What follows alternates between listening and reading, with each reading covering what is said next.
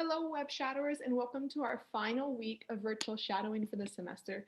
Thank you all for joining us this afternoon. Today, we have the pleasure of welcoming Dr. Gandhi, who will be teaching us all about mindfulness and family medicine. As always, please remember that the Google form will be posted in the chat and in the description of this video as soon as the live stream ends. With that being said, Dr. Gandhi, you may start whenever you're ready. Let me in. Hello, everyone. So nice to be here. Thank you so much, Web Shadowers, for having me today. I'm really excited to connect with your audience and this community. It's such an honor to be here. And just share my screen with you guys. All right. So I'm going to go ahead and get started. I am Dr. Gandhi, and I am the medical director and founder of Soleil Aesthetics and Wellness in California. I'm a public speaker, I'm a podcast guest, and I'm just very passionate about empowering everyone I meet, my patients, friends, anyone on the journey of life to really take control of their own health and well-being.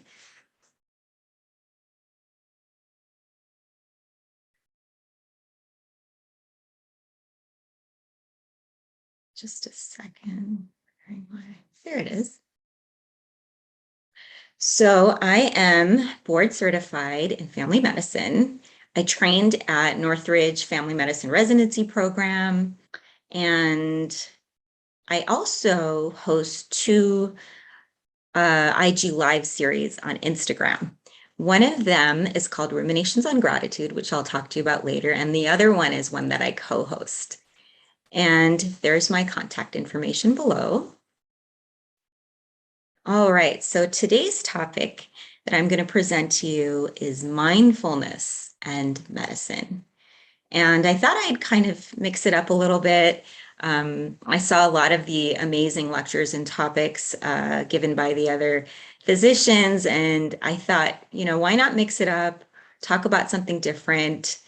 And so I hope you all enjoy it. This was certainly not something that was discussed or anything that I learned about in my training. So hopefully that'll change. So let's start with two questions that I hope to answer and explore with you all. So what is mindfulness, and what does mindfulness have to do with medicine? So I thought I would start by sharing a picture of one of the loves of my life, my doggie Jasmine. You might hear her barking. I apologize. Her bark is so loud. I can't stop it. I mean, she comes up in all of my talks. Actually, people hear her barking.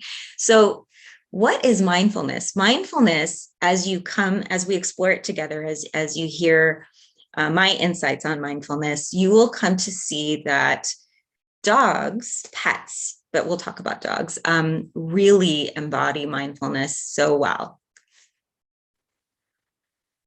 All right, so I really love this definition, and I'm going to share it with you. Mindfulness is deliberately paying full attention to what is happening around you and within you in your body, heart, and mind. Mindfulness is awareness without criticism or judgment. Jan Chosen-Bates. And I just want to share with you one of the best books, if you're interested in exploring this topic, is her book. And it's called How to Train a Wild Elephant. And she explores this in such an easy to understand way that I just wanted to share that quote. So mindfulness is very simply, in my opinion, entering and staying in the present moment. So what is the present moment? Some describe it, for example, visionary and spiritual leader Eckhart Tolle describes it as the now. And psychologist and wisdom teacher Dr. Shefali describes it as the isness. So why should we practice mindfulness, right? We hear this term all over the place. Why should we practice it? Well, our minds are racing all day. I don't know about you guys, but I feel like my mind is definitely racing all day. And depending on the source, we see that our minds can really generate 6,000 or more thoughts a day. And typically, if you really think about where those thoughts are, where they're coming from, what they're about, it's usually about the past or the future. It's rarely about what's happening right here, right now. And as much as we understand that our bodies need rest, we need to sleep at least for a few hours a day, for some reason, we forget that our minds require rest too. And some of this is because of the messaging that we receive from society, from culture, our families. You know, I feel like at least one of the strongest messages that I received was that we need to learn from our past and plan for the future. And that's true. You know, we definitely need to prepare and learn from our past. Absolutely. It sounds great on paper, right? But it doesn't always work. And I think a great example has been this current pandemic that we're in. So during challenging times, mindfulness can really help our stress levels. So let's talk about this pandemic, right? With the COVID-19 pandemic, we also saw an increase in fear and anxiety globally, understandably. We all, I think, at some point felt a loss of control.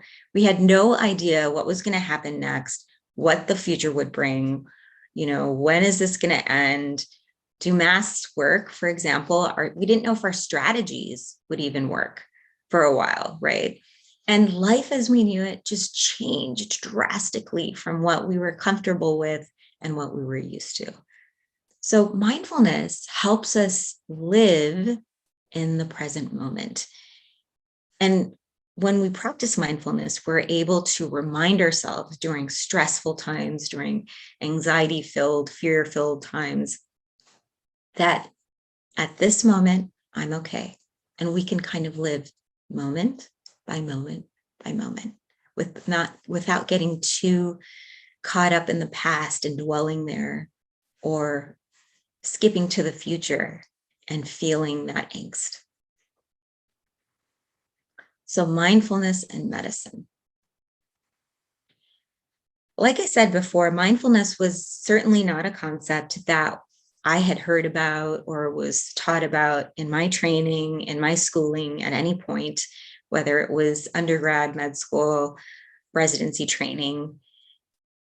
But we are now seeing an enormous amount of research that supports the role for mindfulness in our health. So I know many of you are pre-meds or medical students or people interested in pursuing the practice of medicine. And I believe most are interested in pursuing a career as a physician, but this really applies to anyone, quite frankly, in any industry, but I'm going to focus a little bit on physicians and those who are interested in becoming one. So why should physicians practice mindfulness? Well, probably the first reason I would share is physician burnout, right? I'm sure you've all heard of this. Physician burnout has been on the rise, and it was on the rise pre-pandemic. And now, since this pandemic, there's been an astronomical rise, right? And it's global. And the reasons for this pre and then pandemic related burnout are lengthy and complex, and it would take us hours to go through and dissect and analyze all of those. And these issues certainly need to be addressed. But we can use mindfulness to help decrease our own anguish related to all of this and deliver better care to our patients, because that's what we all desire to do. So in my opinion, in my words, the goal of mindfulness is not to bypass or escape from difficult situations. It is to become aware of them so that we can choose how to respond. So what do I mean by that? you hear a lot of this concept in the media and on social media and just in general about, what I call kind of toxic positivity, right? So something that you don't like has happened, something negative has happened, something disappointing has happened, and you're supposed to, change your inner monologue and stop thinking that way, stay positive. And I don't really agree with that. I mean, you really need to process and feel those feelings so that you can become creative and figure out what you're going to do now about the situation that you don't like, right? And I specifically said in this phrase, we can choose how to respond, right? So there's a big difference between responding and reacting.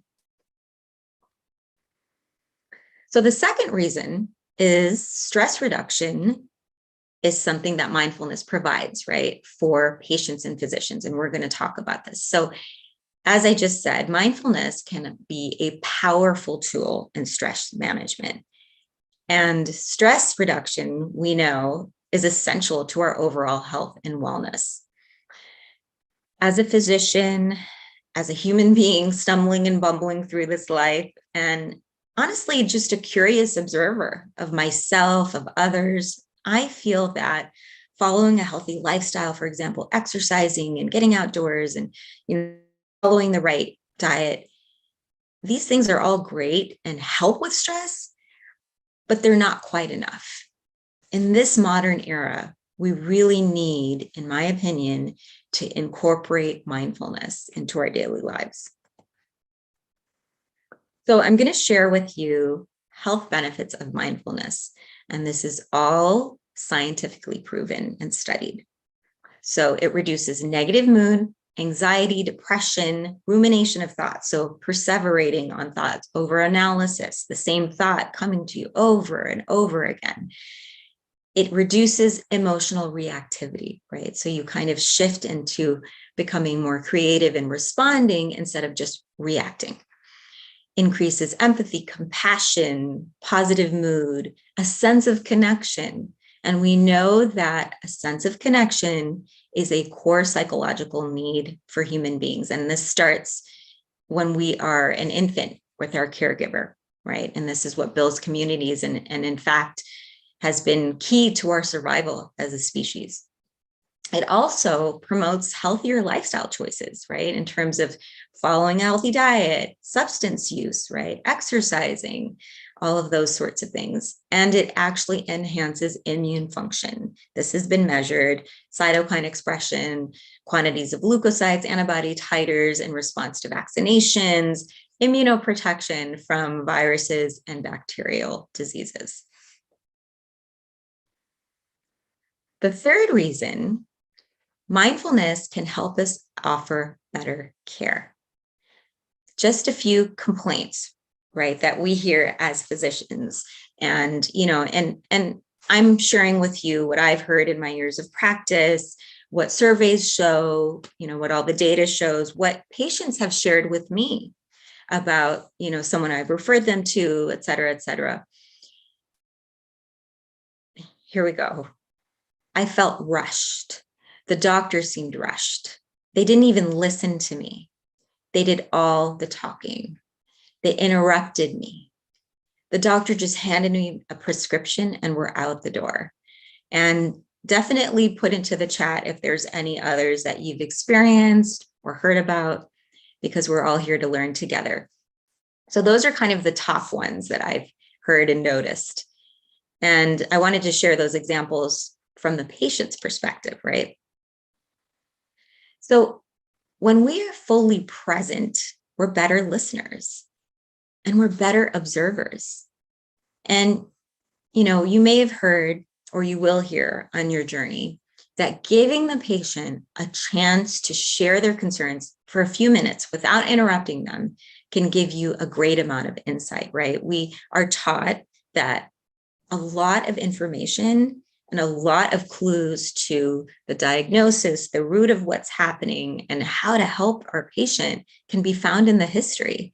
And if you're mindful, you, again, as I said before, are a better listener, better observer, and you can get so much more out of your interaction.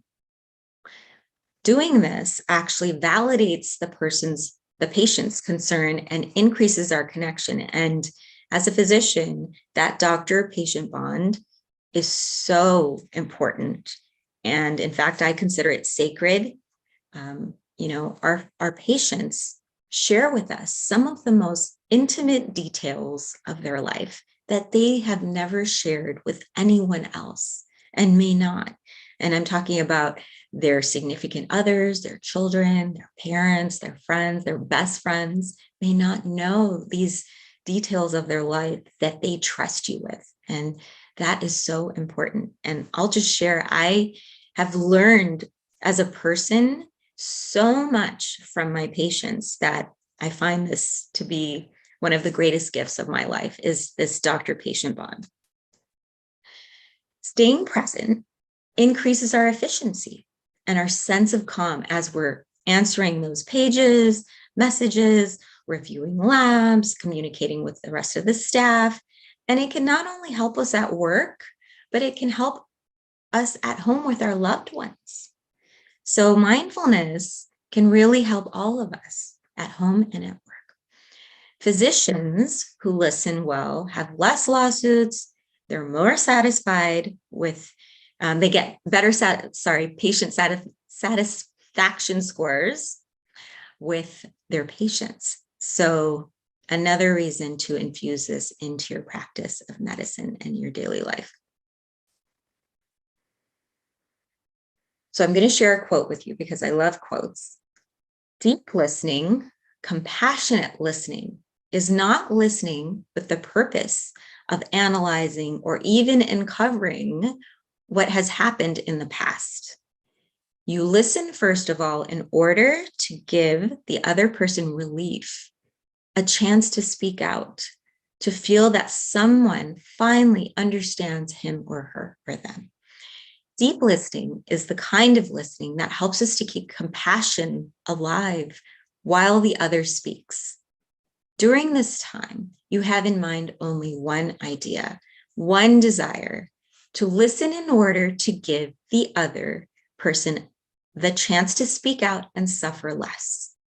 This is your only purpose. Other things like analyzing, understanding the past can be a byproduct of this work, but first of all, listen with compassion. Thich Nhat Hanh. So as we wrap up, a mindfulness practice is essential for stress reduction, in my opinion. Mindfulness benefits our own health and helps us deliver better care to our patients. As physicians, I feel that we can prescribe this as a tool that can be complementary to medication and all of the other therapies and lifestyle modifications we recommend. So, how do we implement mindfulness when we're already overwhelmed and rushed?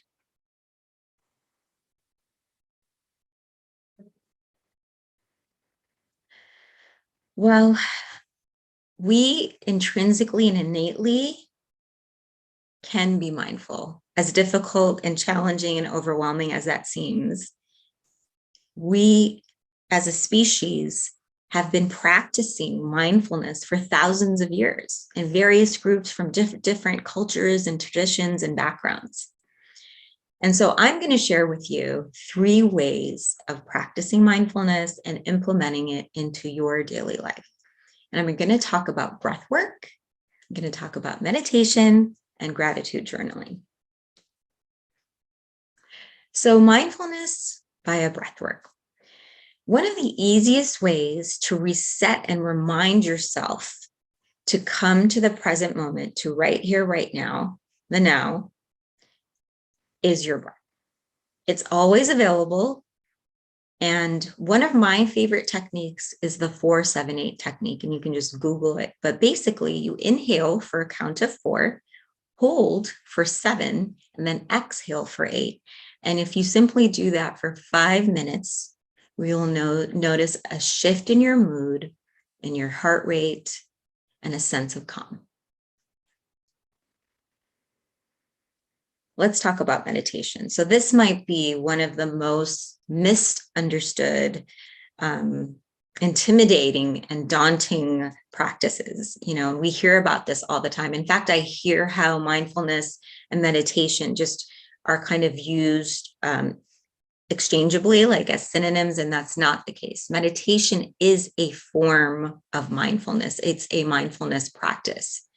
So contrary to what many people, and quite frankly, what I initially thought, meditation isn't sitting perfectly and quietly emptying our mind of all thoughts, right? And literally this picture that I included was what I thought. And I thought, oh my goodness, I don't know how that's ever going to happen. But the goal really, it's so simple, but we make it very difficult. The goal is to simply become an observer of those thoughts that bombard you. And we learn a few things through practicing meditation. We learn that our thoughts will come and go. Yes, they will go if we allow them to, with curiosity and without judging them. So what does that mean? You know, if you sit in silence trying to meditate and you feel like you keep getting this thought about what so-and-so said, you know, at the library or at the party, and you start getting mad about it. Gosh, why do I keep thinking about that? Now we're judging, right? But it's different when you sit back and you say, you know, I'm just observing. And you kind of look, kind of like looking at the forest, not from the tree, right? So you're looking at the forest, you're looking at the thoughts, and you're noticing. I keep thinking about that. Okay. Without being mad at yourself or her or the situation, right? So our thoughts will come and go if we allow them to with curiosity and without judging them. We tend to feel more calm and peaceful afterwards. So during the meditation, sometimes you feel like, you know, you're just getting hit with all these thoughts and impulses. And so you may not feel calm then or right after, but it's kind of like an unfolding. And you'll notice after you start this practice over the next several days and weeks that you generally, your state of being is more calm and peaceful. And even though you might get really upset or maybe really excited and joyful, you end up being able to come back to a more calm state. Your baseline becomes calmer. We also learn how each of our individual minds work, our thought patterns, what drives them, what's underneath some of our thought patterns. For example, fear is probably one of the most common ones. And the science shows us the benefits. Countless studies, brain scans, MRI scans show us increased activity in various parts of the brain, whether it's the prefrontal cortex, the hippocampus, the amygdala. We see a decrease, a reduction in depression, anxiety, pain scores, PTSD, and we find that people feel they can regulate their emotions better. They're not as reactive. It's associated with increased parasympathetic tone, right? And related to decreases in heart rate, blood cortisol levels, blood pressure, breathing rates, tension in muscles.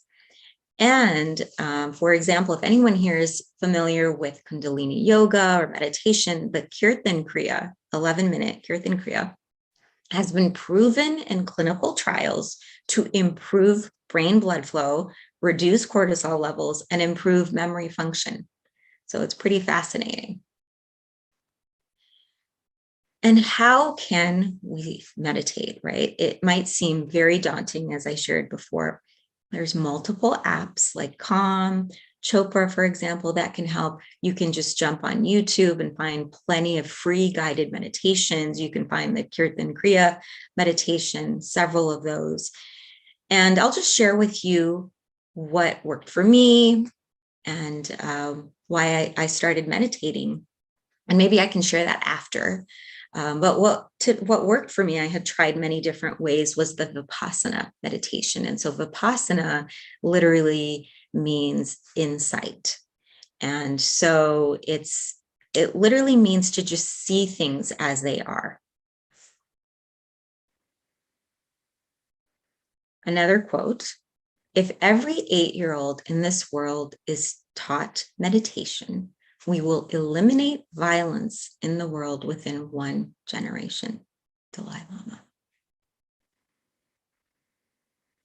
So now we'll talk about the third technique, mindfulness via gratitude. So how does that work? Practicing gratitude requires that we pause, become aware of our circumstances, and do sort of a self-assessment.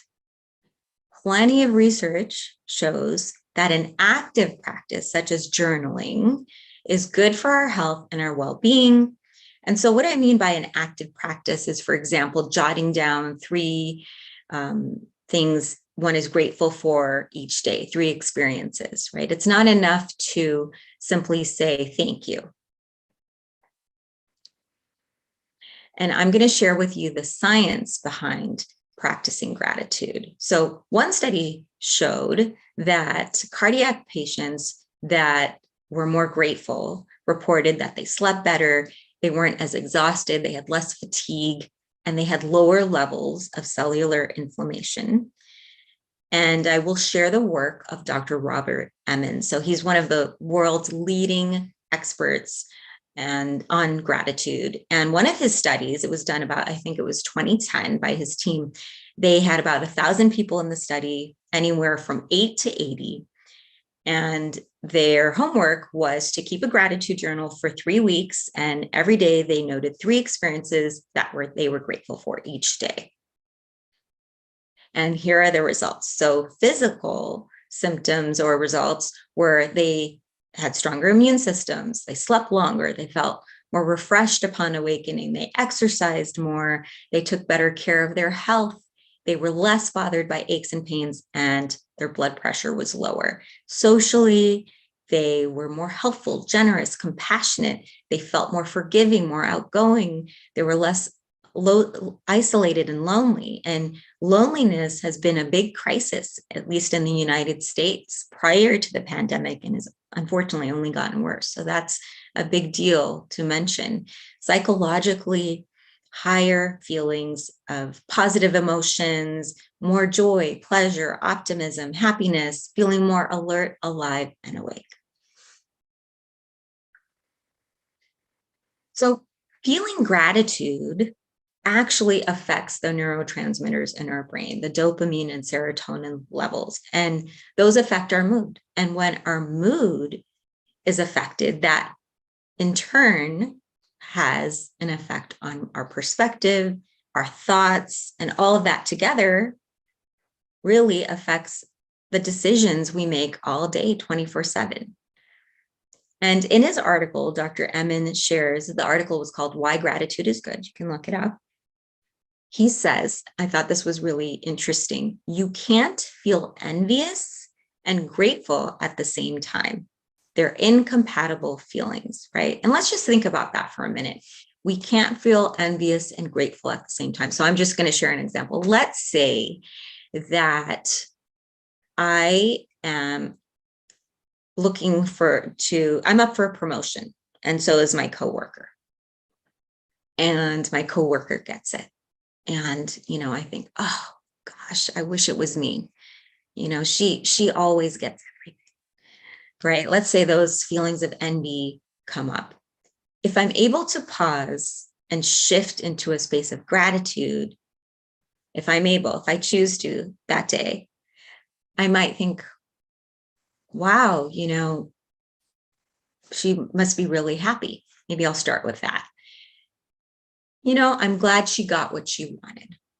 And then maybe I might think, this will be really great for her career, right? So when I'm feeling that way, it really quiets down and takes the power away from those feelings of envy. So that's what he means, is you can't feel envious and grateful at the same time. They're incompatible. And so here's what I say. Gratitude is a superpower. It's one of the few tools that we have available to us 24/7, literally in our pocket. And it's one of the few tools that we have that within seconds can literally quiet that inner critic and disempower that naysaying ego, right?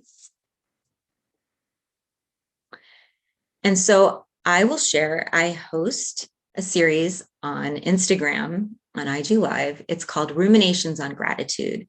Towards the end of last year, 2020, when the pandemic first began, I felt this need to deepen my gratitude practice because I did feel grateful with everything going on. I was okay. And I felt so grateful for that. And I felt that it was time to really deepen that practice. And I found a community of people. I posted something on my page, on my account, and a lot of people wanted to join in. And so I have a beautiful community of people. And we come together Sundays, 9 a.m. Pacific Standard Time, and I share the science behind gratitude and how we can implement it into our daily lives. And I hope you all will join me there.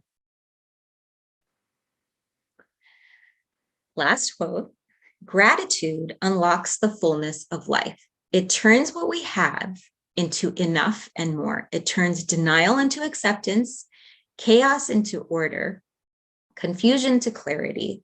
It can turn a meal into a feast, a house into a home, a stranger into a friend. It turns problems into gifts, failures into successes, the unexpected into perfect timing, and mistakes into important events. It can turn an existence into a real life, and disconnected situations into important, beneficial lessons. Gratitude makes sense of our past and brings peace for today and creates a vision for tomorrow. Melody Beattie. Advice for any future physicians here: remember to regard your patients as teachers, listen deeply, and never stop learning. Thank you all so much for attending.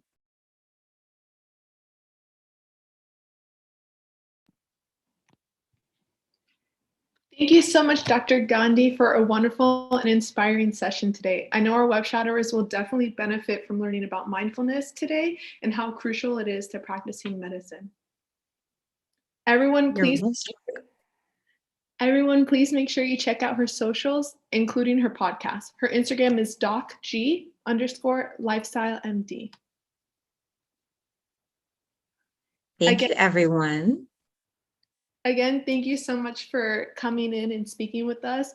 We greatly appreciate it, and we're going to use all this advice. Thank you. It's my pleasure.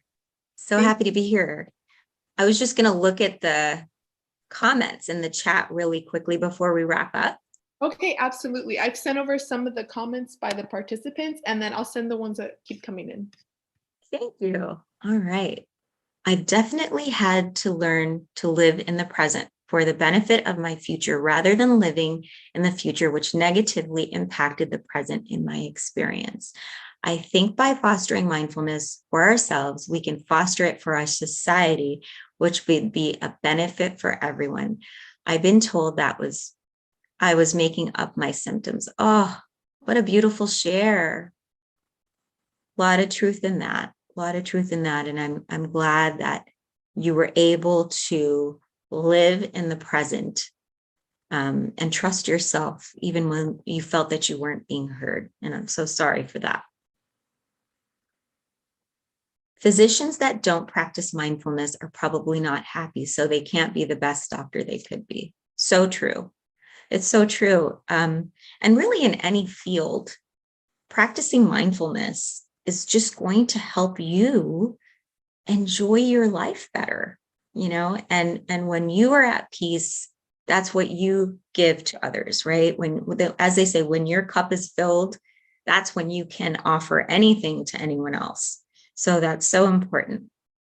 And it definitely would help, especially in terms of burnout, right? Physicians certainly complain that we feel very rushed and bombarded with so much to do and so much pressure. And if we're able to go moment by moment, patient interaction by patient interaction, we're able to get through our day, and maybe not get through our day, but maybe hopefully enjoy our day and give our patients the best of us, right? And give ourselves the best of us. And if there's any other questions, can you explain how having a pet can help with mindfulness?